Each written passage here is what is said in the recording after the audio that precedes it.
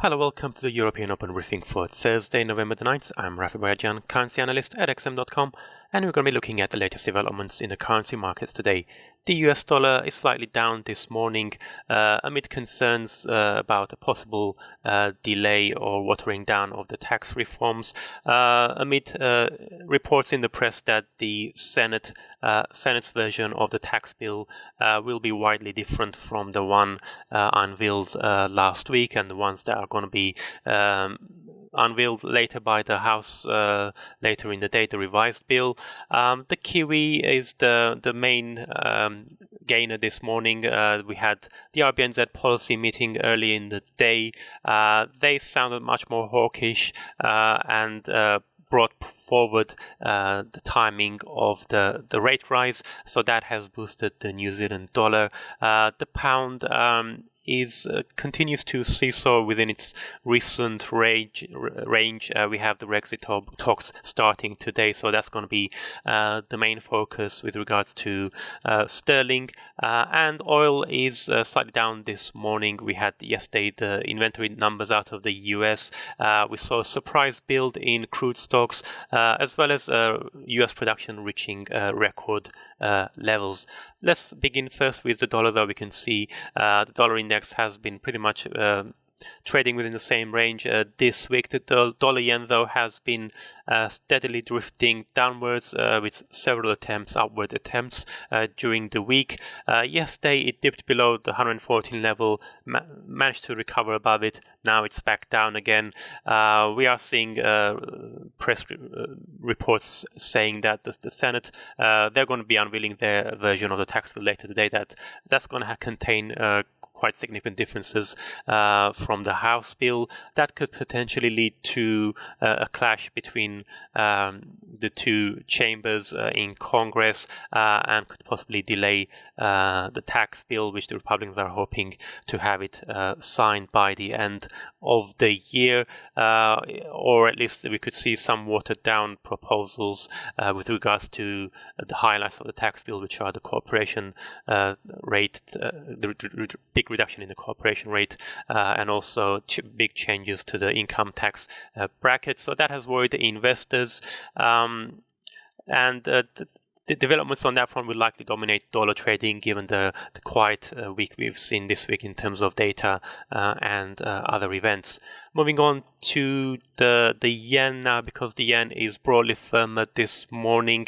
There is a bit of risk off in the markets. We are seeing a bit of a sell-off in global equities, although we're not seeing too drastic falls. It's just a bit of profit taking, given the recent record runs we had across many major indices across the globe, not just in the United States. We're seeing the Nikkei rising to the highest since the early 90s in Japan. The Bank of Japan published its summary of opinions for the October policy meeting early today. That didn't have much of a reaction in the currency markets. We can see the yen is broadly firm against the euro and the pound here. The pound is down by almost 0.4%, and that's all pretty much the same size as the euro. The Bank of Japan's summary of opinions showed that the newcomer to the board, we had this was indicated already in the statement, the announcement statement, that one member wants the Bank of Japan to start targeting the yield of 15-year Japanese government bonds, in order because that would be more stimulative than targeting just the 10-year yields.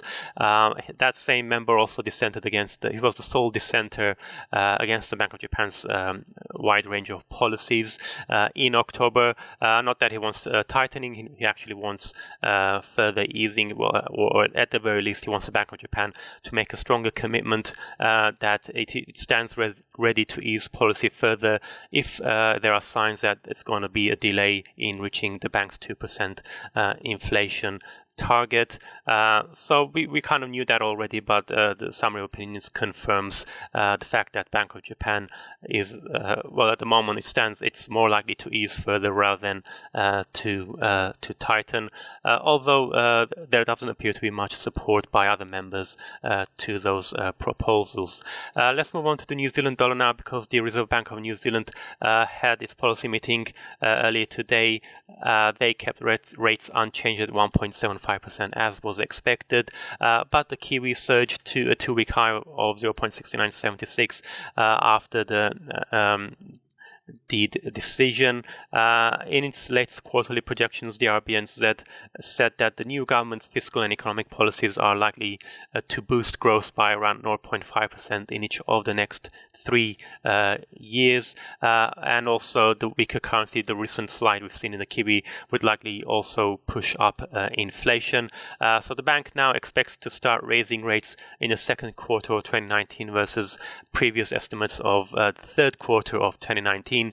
So that has given the kiwi a much needed boost, given that it had plunged to 5 months lows at the end of October over the uncertainty about the new government's policies. Let's have a quick look at the pound. We can see we've got a bit of a roller coaster trend happening there. Yesterday it briefly fell below 1.31. It's now back above that level. The focus is the Brexit talks, which are going to start later today and will continue tomorrow. The EU is apparently given the UK the deadline of 2 to 3 weeks to improve its over on the divorce bill. Otherwise, the talks are unlikely to move on to the trade round. The UK is hoping that by the EU summit in mid-December, the talks will be able to move on to discussing the transition deal and a post-Brexit trade deal. But there's a lot of uncertainty around that. That's capping the pound's gains. At the same time, the May's government is looking increasingly fragile. We've had the second cabinet resignation in a week. Given the following reports that the International Development Secretary made a trip to Israel, which was by not following, she did not follow government procedure in doing that. She only disclosed of that trip later, and forcing her resignation, and it follows the resignation of the Defense Secretary. But those political risks aren't really driving the pound too much at the moment. The main focus is for now the Brexit talks. The Australian dollar is up this morning, despite the fact that we saw housing numbers showing a slowdown in the housing market in Australia. Housing finance fell 2.3% in September versus forecasts of a 3% gain.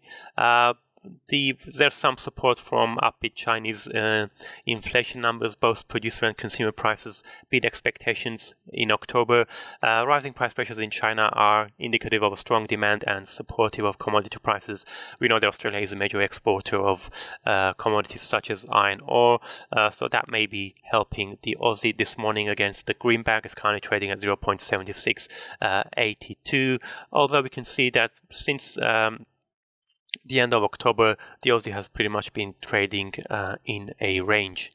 Moving on to oil prices. Oil prices have been steadily drifting lower this week. Apart from that blip yesterday, we saw the WTI spiking to $57.92 a barrel. Brent crude had hit a 2-year high of 64.65 a day earlier.